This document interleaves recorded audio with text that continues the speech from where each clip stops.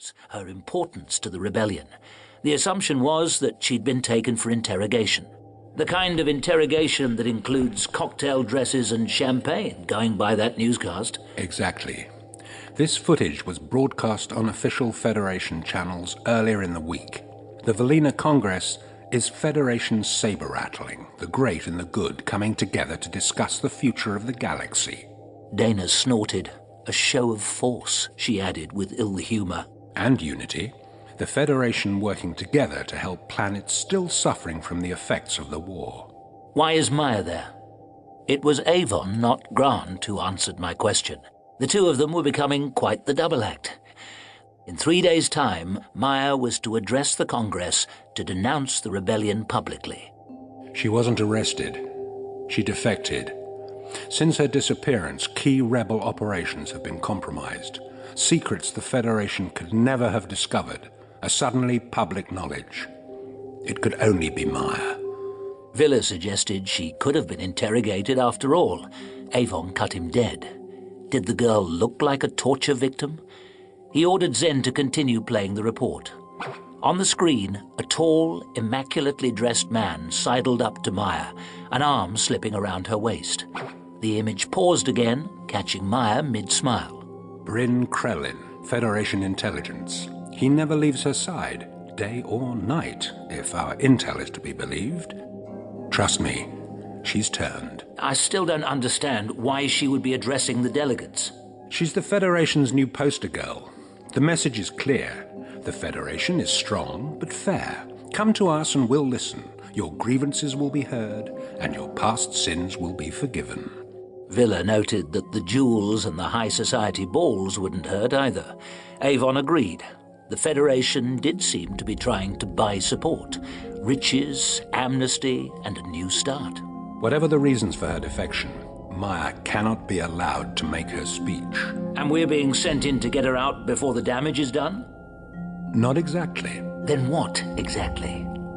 We're going to kill her. What? This was a joke. We were a lot of things, but cold-blooded assassins? That wasn't our style. I wasn't alone. Cally was on her feet. Even Vila thought it was crazy. I appealed to Avon. Had he known about this? He looked me straight in the eye and said, "The decision has been made." His tone was even more emotionless than usual. I tried to argue, but he cut me dead. Bleeding hearts had no part in the rebellion anymore. This has to be done.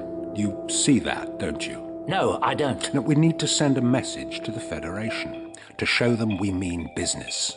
Valina is perfect. The entire galaxy will be watching. Watching us commit murder.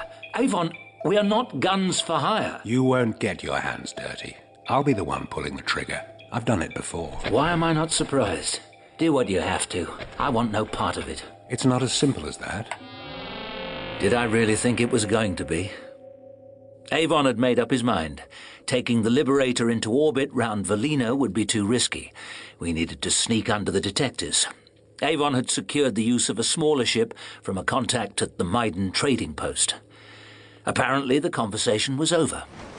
Avon stood without another word and left, Grant falling in at his side. I felt a hand on my shoulder. Dana. She told me there was no point fighting this.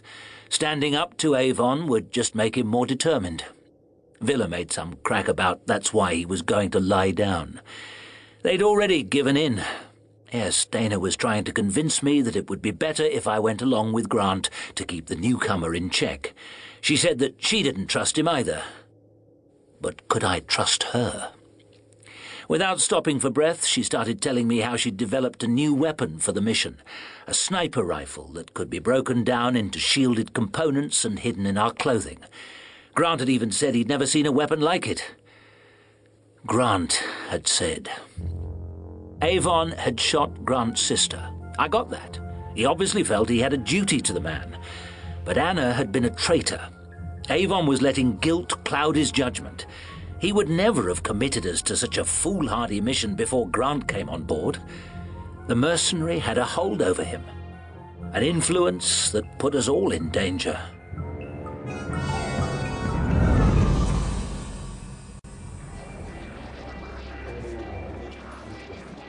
I took a step back and sighed.